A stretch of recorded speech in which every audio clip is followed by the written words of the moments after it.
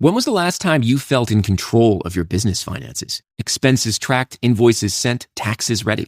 That's where Found comes in. Found brings your banking, bookkeeping, invoicing, and taxes together in one simple app. Manage expenses, invoice clients, send payments, and prep for tax time right where you bank. Join the hundreds of thousands who have already streamlined their finances with Found. Open a Found account for free at found.com. That's FOUND.com. Found is a financial technology company, not a bank. Banking services provided by Lead Bank, member FDIC. What is going on, everybody? Jason and Angel are here today, joined by Tom. Tom, how are you today?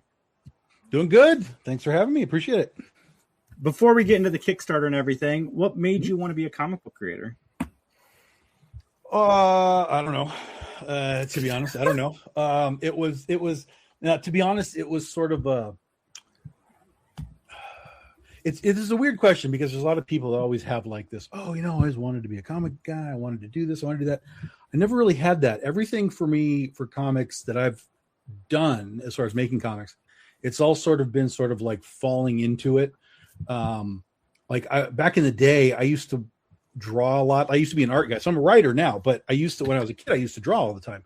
And so everybody kind of assumed that if I did anything in comics, it would be sort of the art side of stuff. But as I kind of started to draw in that context and figure out like what all that means, I started to realize that like, okay, even if I'm remotely good at drawing like a person, now I got to draw cars and trees and buildings. And, clearly at my level of acceleration, I don't have that kind of lifetime in me. So I literally just fell back onto the writing side. I was like, okay, well, let me see if I can write a comic book. And so that's where I kind of started to learn this other side of the industry. But I think because I came from the visual side, because even when I was collecting comics, it was like, I was buying things because it was what I liked to see. Even though I came from the visual side, I was able to translate that into what I was writing in my scripts. And so it was really just sort of like, at the time I had my 9-to-5 job, we were doing fine. And this was like let me write some comics. We can go to cons on the weekend and, just kind of have fun with it. But then in 2009, when all the housing crash and everything happened, and I got laid off from my job, I was like, well, all right, let me take what I have. I had Penny for Your Soul. I had Critter at the time. Let me take what I have. Let me see if I can really do anything with this before I go randomly get a job somewhere else. And so by the end of 2009, I had Penny for Your Soul wrapped up. I had Critter kind of mostly wrapped up, and we took a shot at the direct market, the retail market, getting into comic book stores, which back in the day was much easier because you had one place to go. It was basically Diamond. And they looked at our stuff. They were like, yeah, this is good. We'll distribute this. Go ahead. Let's line up the dates or whatever. And by I think it was March of 2010, we were in comic book stores and we were off to the races. And so I was like, well, all right, well then that's what I'm going to do now until it stops working. But it just sort of never stopped working. And so here we are now 16 years later. So, that's a long answer, but that's kind of how it works. And sometimes you just stumble into the thing that is going to end up working for you. And it's just a matter of what you do with that opportunity once you have it. I love that answer. Hopefully you can edit that down. This is a 20-minute answer, but we're going to do 2 minutes of this. So you mentioned Penny for Your Soul. Yep. I was looking at the artwork on that and oh my God, it looks amazing. Thank you. How do you come up with the characters for the backstory and such? Well, it's sort of a double, it's sort of two things. One is I'm writing, so I know okay, this character is, a demon, whatever. I need her to have a tail. I need some of in Danica's case, our lead, I was like, I don't want her to just have hair. Let's make her hair, fire. Let's do this. Let's do that. But then from that sort of understanding in my script and within my writing, I have to then give that to an artist and say, okay, look, this is what I want. And then the artist takes that description and turns it into an actual piece of art. And then along the way, it's like, well, now fix the thing and add this and take away that. And that's the character design phase, which is oftentimes really fun. It can be frustrating because sometimes you get a situation where, I, as the writer, is like, this is what I want. And then the artist is over here like, no, but this is what you need. And I'm like, no, I don't necessarily need that. But, we can talk and we can Tetris pieces around and so on. So, and then just over time, you suddenly build it up. Now I have Danica. Now I have these angels. Now I have my Lucifer. Now I have, whatever. Now I have Critter. Now I have all of her sidekicks and so on. And it just starts building and building and building until you have enough visual element to, really dive in and start to tell a story. So, but it all starts from just me just being like, okay, what do I see? What is this character? What do I need them to be? What do I need them to have? Do they need a belt? Do they need a cape? Do they need wings? Do they need whatever in order to exist in the story points? And then I take those things and I say, okay, artist, this is what you're good at. And now translate this gobbledygook into like a real, finished piece of art. How do you find your artists for like each project? Well, back in the day, it was easy / harder because we didn't have the internet really when I started.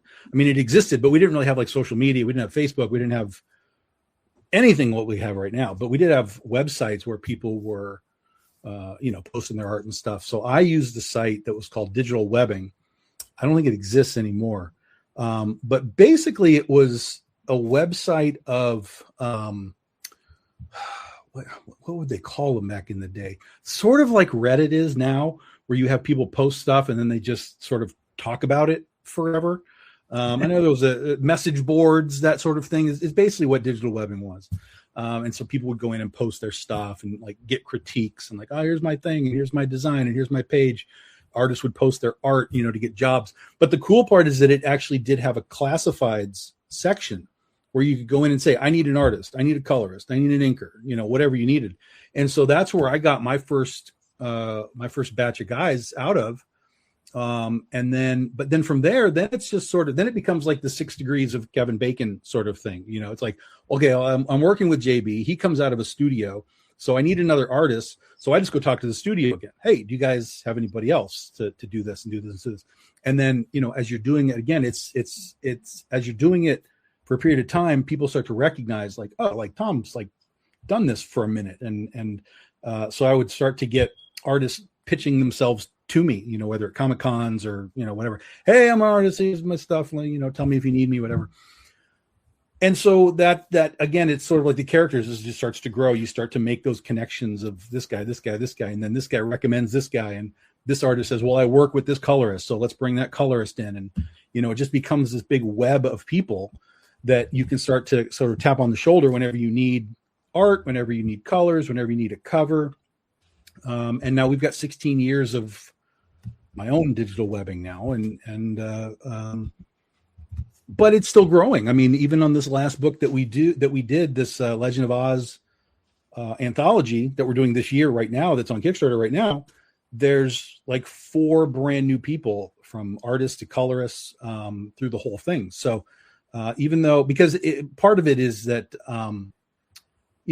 at some point everybody kind of moves on. A lot of our guys have worked for us, have gone on to work for Marvel and DC and Dynamite and, all these other companies. So as they move on, you have to find a way to replace some of these guys. And, but now there's also sort of like it's not a great word, but there's a glut of content out there. And so now, like when I was doing stuff, I wasn't competing to get talent with 1,000 other people trying to do, their own thing. So now it's like, oh, that guy's really good. And he's like, yeah, but I'm working for this guy. Yeah, I'm working for this guy. Yeah, I'm working for this guy. It used to be people were like, oh, I need work. And I'm like, I got work and I got a lot of work and I got like forever work. Like as long as you want to be here, you can be here. So JB Neto for Penny for Your Soul, he's the only guy who started with me and is still with me. Everybody else has drifted off. And like I said, they're working for Marvel and DC and Mad Cave and Dynamite, and they're all doing their own thing. And they come back from time to time to do, short stories and covers and stuff. But, I've had to replace a lot of guys to try and create a new stable of people. And it's not always easy because the doors are constantly flying open all over the place. So, they, even if they're happy with where I am, if they see like, well, I can move myself up if I can draw Red Sonja or whatever, like that's better for their resume. Right. And I'm like, I get that. That makes sense to me. But that's the tricky part, is we kind of always have to have our fingers in, all of these different pies on the internet, so that if one guy is like, bloop, I'm out, I got to be like, okay, your turn, you're up. And we pull them in, and we got a couple of great new guys, and they were very excited to do the job. And I've got them on some other things now going forward. So that's great. So getting into the Kickstarter, were you a fan of The Wizard of Oz? And can you tell us about the Kickstarter? I mean, I was, again, this is taking me back to the day, The Wizard of Oz, there really wasn't a lot of Wizard of Oz like there is now. A lot of adaptations like Wicked and, all this kind of stuff. There was the movie, there were the books, obviously, but there was the movie. And back in the day, all you kiddies out there, we didn't have streaming, and we barely had VHS at the time. And so The Wizard of Oz was like an annual event. It would be like, oh, Wizard of Oz is on in April, and everybody would stop and watch the movie. So that was how we grew up kind of with TV. And so when The Wizard of Oz came on, I would be like, yes, I need to watch The Wizard of Oz. I was a growing nerd, and The Wizard of Oz was a thing. So The Wizard of Oz was always something that was with me, but it wasn't like I hadn't read the books. When they did the sequel, Return to Oz, the Disney movie, I couldn't get into it because I didn't understand why it didn't look like the Judy Garland movie. Like all the designs were different and stuff. I was like, something's wrong. Like as a kid, I was like, something's wrong. I don't want it. And so nightmares. Yeah, it was just too weird. Like, the Scarecrow doesn't look like the Scarecrow, and like, what is going on? I don't know. I couldn't wrap my head around what it was. And so, Oz for me was always just sort of a peripheral understanding of Oz things. But what happened was, so Wicked was a stage play for many, many years. And when I was married back in the day, I was looking to go get tickets to go see Wicked because I'd never seen it. My wife wanted to see it. I was like, all right, we'll go figure out a way to see it. And so I kept getting hit with that image that everybody knows, that Elphaba image where she's got her hat down, and she's smiling under her hat. And so that image kind of stuck with me because I had been like tickets, and I just kept seeing that picture. So back in the day, well, I still do it now, but back in the day, I would drive to Comic-Cons. I lived in Chicago, but I would drive to Comic-Cons. There was no point really in flying and then shipping stuff. I just loaded up the van and just went. So I would have days on the road just by myself, just driving. And so when I was coming back from Phoenix Comic-Con, I don't know if it was Phoenix Comic-Con, but I was out in Phoenix, Arizona for some event. I came back, as I was driving back, it was, it's Phoenix and it's New Mexico and it's Texas and it's just desert and tumbleweeds and cactus and, all this kind of stuff just in my visual. And so I started thinking about Wicked, like, oh yeah, I need to get tickets. And so that image popped into my head again, and all the terminology started to pop into my head, like she's the Wicked Witch of the West. And I'm going through what used to be called the Wild West. And I was like, oh, like the Wicked Witch of the Wild West. Like that would be kind of a cool, thing just in and of itself. Like the Wicked Witch of the Wild West. That's kind of cool. I was like, well, so if it's the Wizard of Oz, like Dorothy, she can't have ruby slippers. Like that would make sense in a Western world. So what could we do to modify that? And that's where the ruby spurs came from. And then it was, Toto. Toto could probably still be a dog in the Wild West. Maybe you upgrade it to be like a coyote or something. But I was like, well, she's going to have to ride a horse. So Toto became the horse. So I had days of this to get home, just modifying everything into what's the lion, what's the scarecrow, what's everything. What are we doing here? Are we just telling the same story? Are we modifying it? And so by the time I got home, like 3 days later, I had sort of a really loose foundation of what this was. And then I found out that this would have been early spring 2010 or 2011, I guess. And so as I was starting to kind of put this together, there was another company that I heard was going to be putting out an Oz book. And I was like, nope, we're not going to be second place. We're going to be first. And so I put it all into high gear, started writing scripts, had somebody start doing some designs for me, reached out to that studio that JB worked for. And I was like, I need an artist right now. I need an artist that's going to be here for 6 issues, because we were going to do a mini series.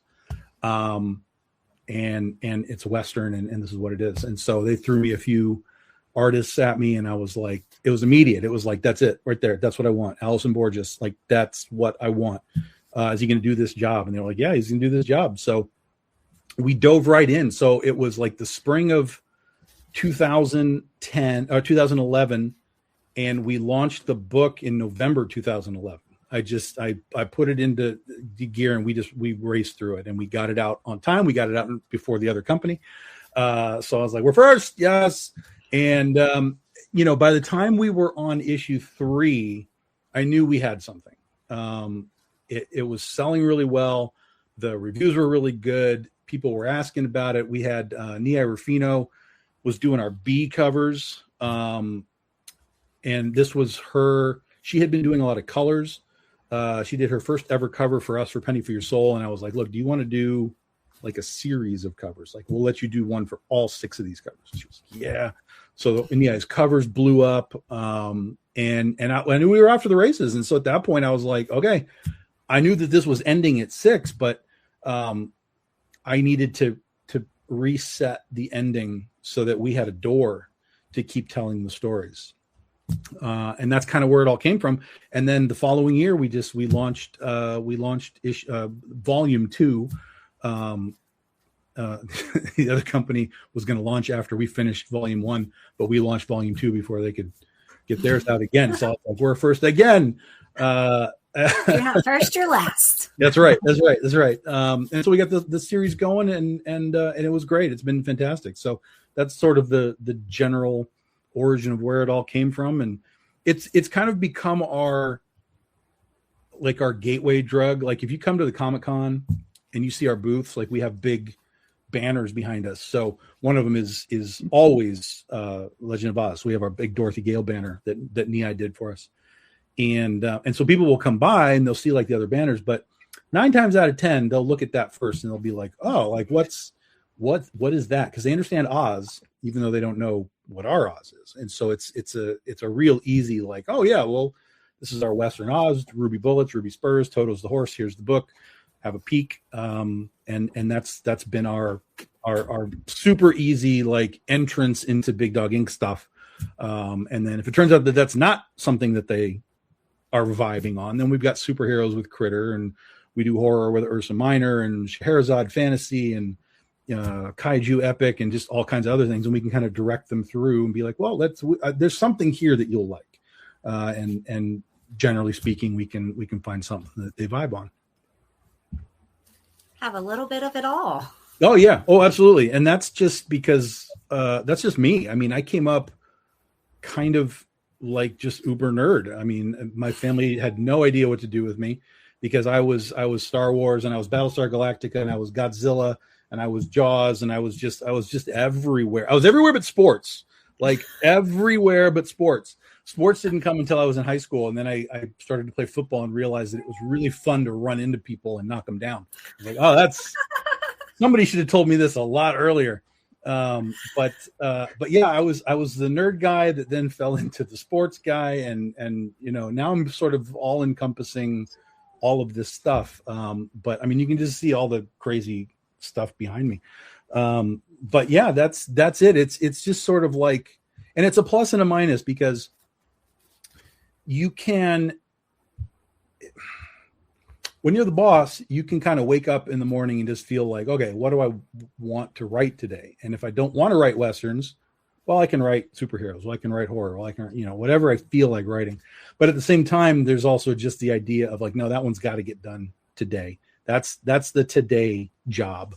and then you can do what you want to do, when that's done afterwards, and monkey around with other stuff. But it's also been something that's helped with, people ask about like writer's block and stuff. And they're like, well, what do you do? And I'm like, well, for me, if I get stuck in the Western, I can bounce out of it because I have so much else to write. I can bounce out of it, and I can go write a horror book, and I can go write superheroes, and I can move myself away from, the dusty trails and that kind of stuff. And that'll often kind of shake the rust out of it. And then once I kind of have gotten those pages of like superhero stuff out, I can be like, okay, now let me go back now to the Western, and sometimes something that you write in these other genres will kind of spark an idea that you can take back to where you were. So, I still have those days of this isn't working, man. This isn't working. But I've found ways to work around it and just kind of keep going somehow. And that's how we've ended up with like a dozen different actual titles. And then, they all, Penny for Your Soul has spinoffs, and Critter has spinoffs and all that kind of stuff. But we've got like a dozen different titles that exist now within 16 years of doing comics. So I just kind of keep moving. That's all it is just keep moving one way or another. Well, can you tell everybody about the Kickstarter? Yeah. So this year is the 15-year anniversary of The Legend of Oz as a series. For the past few years, we've been doing what we call the BD. So you can see this is the BD16 book. We've been doing it ever since 13. So it's BD 13, 14, 15 anthology books. But this year I decided to have it all be Oz. The previous anthologies were a mix of all of our different titles. So with this, I wanted to do something where we got to use characters that were mostly not in the main series, so we could really flesh out the world a little bit. So Overman Anu and the Invisible Bears of Vo, he's brand new. The Glass Cat has appeared before, but he has some new characters in his story. And then the Silver Princess is brand new as well. And all these are based on the Silver Princess is based on Ruth Plumley Thompson books. She picked up the writing for Oz after L. Frank Baum stopped. But everything else, the foundation for it all is based in the books. And it's just a matter of like, okay, here's this guy. That was the thing with Overman that I was like, I can work with this. I reset the details. Like Overman and the townsfolk in the books, they're all invisible, and they're invisible so that they can avoid being eaten by the bears. And I was like, well, what if I turned that around and the bears were what was invisible, and we have this guy who's telling this town that he's beating up invisible bears? Like, how would they know if that's even real or not? Like, he could just be making it up. And I was like, that's a great story. That's a fantastic sort of thought process of like, okay, here's a guy who's scamming a town. Or is he?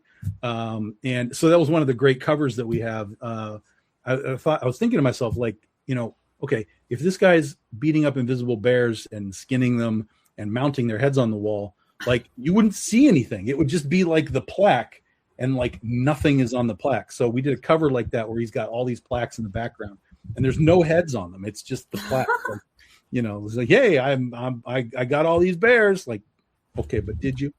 And so it was very fun to do that story. Samir Samau and Sean Lee doing the colors looks fantastic. Two new guys for us. Glass Cat is a cool story of basically this cat trying to figure out his place in all of Oz. In that story, that's the only one that connects back to our regular series. The other two are brand new standalone stories. So if you haven't read any Oz, you can just dive right into this. But the Glass Cat, he's in the Emerald City. There's problems going on. He's made of glass, literally. So he's starting to figure out, like, maybe this isn't the best place for a glass cat to be hanging out all this sharp, stuff. So he's sitting on the wall of the Emerald City, and he looks out into the, just basically into Oz. And he's like, yeah, but there's a lot of crazy out there too. So he's trying to figure out, like, okay, where exactly am I supposed to be? Where am I supposed to go? Even though he has a heart made of emerald, he's trying to figure out, like, maybe this isn't my place. And then the Silver Princess is a story where we take, she's a difficult one. Because in the book, she's literally from another planet, Anothur. So it's all puns in Oz books, all puns.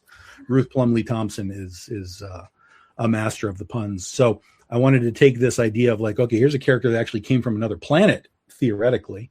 What would she be? What would she be doing? And so I tied that into this idea that the Gillikins, the North, people from the North, they sort of celebrate her as their champion. But then as the end of the story comes, we start to see that somebody else is watching, and it ends up being the Diamond Peacekeeper, who's the North Peacekeeper. So Dorothy has the rubies. Glinda has the sapphire guns. The Witch of the West had the onyx, and the Witch of the North has the diamond pistols. And then they all have their own like spells and stuff that happen with those guns. So the Diamond Peacekeeper basically is like, did you forget about me? And so we have this Silver Princess and the Diamond Peacekeeper kind of facing off, which was really cool to do. So that's the general gist of the Ozthology. And then we'll come back into the main series like the end of July, early August. We'll do the next part of the main series. I'm going to be July. We were going to launch it early July, but it ended up I'm going to be having a monstrous road trip going to Reno and then down to San Diego Comic-Con in July. So July is a wash. There's not going to be much happening except for me on the road again. So who knows what's going to get developed after a month on the road. So, check with us next year and see what has popped into my head. But towards the end of July, once I get home, early August, we'll do the next piece of Oz as far as the ongoing series. But if you haven't read the book, like I said, you can read that anthology without any problem. If you want to dive into the series, we have all the trade paperbacks and back issues and all that kind of stuff. So you can just be like, bloop, just take me in and get caught up. Awesome. So what do you geek out about? What's your biggest thing that you are super into? Nothing at all. All the stories in his head. Yeah. Whatever I make up, well, I'll tell you, before I came up here, I was upstairs putting my Godzilla figures in a new cabinet that we got upstairs. So, I think that's my biggest geek out is probably Godzilla stuff. It's been the most consistent one with me. I came up as a Star Wars kid. Comics for me have kind of waxed and waned over the years. I don't do a lot of Marvel and DC stuff anymore. I'm just too into the people that are doing their own stuff. Like I've seen enough Batman. I don't need any more Batman. What else do we have? And so, I've got, just looking at my wall over here, I've got the run of Invincible over here. There's Hack Slash, Xenozoic Tales, League of Extraordinary Gentlemen, all kinds of stuff. So, that's where my comic realm is, but I'm a big movie person too. A lot of people know that I do reviews on movies. I don't do like deep reviews because usually I see the movie like the minute it's released, so I don't want to like spoil things, but I'll give them the generality of like yay or no. And so it's become a joke, hashtag Tom hates everything. So because I'm notoriously gruff on my reviews for things, but I do love movies. Last night I was basically live tweeting the original King Kong versus Godzilla on Facebook, just like things that I saw and taking pictures of the screen and stuff. So, but I'm big on shark movies. I've been on shark podcasts. I've been on Jaws podcast before. Love that movie. I can deep dive that movie with anybody. So it's a lot of fun, but it's everything. We just lost Sam Keith. He just passed like 2 weeks ago. So I've got some of the Max stuff up here, some G.I. Joe stuff, some of the old school anime that I like. There's some Dirty Pair there, of course, Robotech and things like that. But I'm just like my comics, the stuff that I write, it's all over the place. It's just kind of like, okay, did you do something that made me interested? Then I'm going to geek out over you. The horror movies like the Howling. We always have the conversations of like, what's better, The Howling or American Werewolf in London, and that kind of stuff. And so that's always fun to find people that are like one or the other, and really kind of like we fight, but we know that it's not like a fight. It's just like it's nerd war, right? Nerd war is not real. It's just I'm going to tell you why I'm right, and then and it's then a good debate. Yeah, right. And at the end of the night, you're like, it doesn't matter. We're going to go watch these movies anyway. So I love nerd war stuff. It's really fun if you can find people that don't take offense to it. Some people are a little too tight to be told like, no, you're wrong, and let me tell you why. But to me, that's the fun part, is like, prove me wrong. I want to know why you like this thing that I don't like, and I learn stuff from people in that regard. Because people will bring me a different perspective of something that I've seen. Like a lot of times I'll see a movie and I'll be like, I do not get this movie. This is horrendous. And then somebody will be like, well, let me give you my perspective of why I liked it. Let me tell you how I got into this. And then I learned something. It doesn't necessarily change my mind, but I learned why somebody else has a completely different view of, something than I did. The perfect example is Godzilla. There's a movie called Son of Godzilla, which to me is the most unwatchable of all Godzilla films. It's painful to listen to. It's painful to watch. I can't. But then I'll talk to people who'll be like, oh man, that's like my favorite one. And I'm like, you have to explain this to me. And invariably I would get these responses of like, well, I used to watch that with my dad, like on Father's Day, we watched Son of Godzilla. And I'm like, that's it. You have that nostalgic connection to the film, which changes your ideology of it, whether it's good or bad or whatever. You have a reason to like it because you're latching on to memory. And so and I'm like, that makes total sense to me. 100% makes sense to me. It's still terrible, but I understand why you like it. So I know you mentioned Reno in July. Mm-hmm. What conventions do you have coming up that you're going to attend, where people can come check you out? Yeah. So our shows started late this year. Let me get my convention list here. There's a bunch of first timers, and they start at the end of May. I should probably know, because that would be important. Yeah, so they start middle end of May. So we go to Cherry Capital Comic Con, May 22nd to the 24th. That's here, North Michigan. Then I go down to Hall of Heroes. That'll be the first time I go down there. That's in Indiana the following week. And then the week after that, so it's a 3-week stretch. And the week after that, I go to Ozthology, which is an Oz festival that's been inviting me out for the past 13 years. I've been a guest for them. That's the first weekend of June in Chittenango, which is where L. Frank Baum was born. And then Reno is the middle of July, the 10th to the 12th.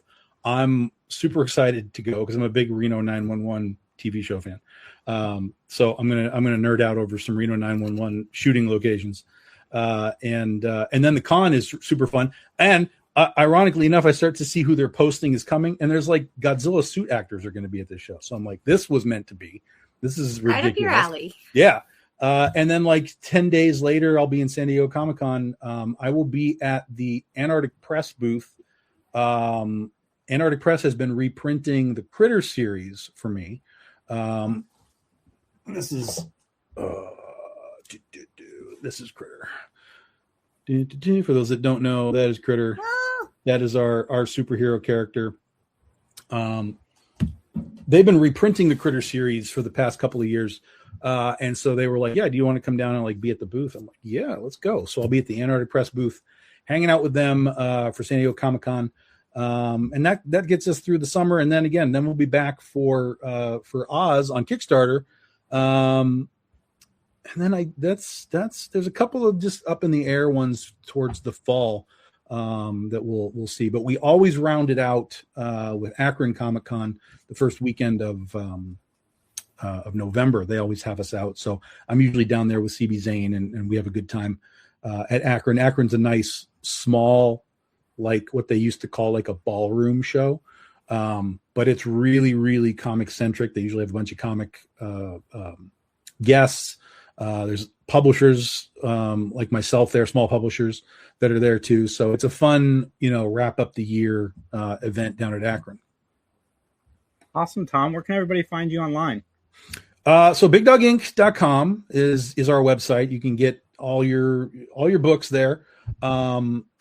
Most of what we do is Facebook. Like everything kind of starts with Facebook. And then it goes out to, we're on Twitter and Instagram and all those kinds of places. You can look up Big Dog Inc. and you'll find us. We do have a Patreon as well, patreon.com/Big Dog Inc. So come hang out with us on Patreon.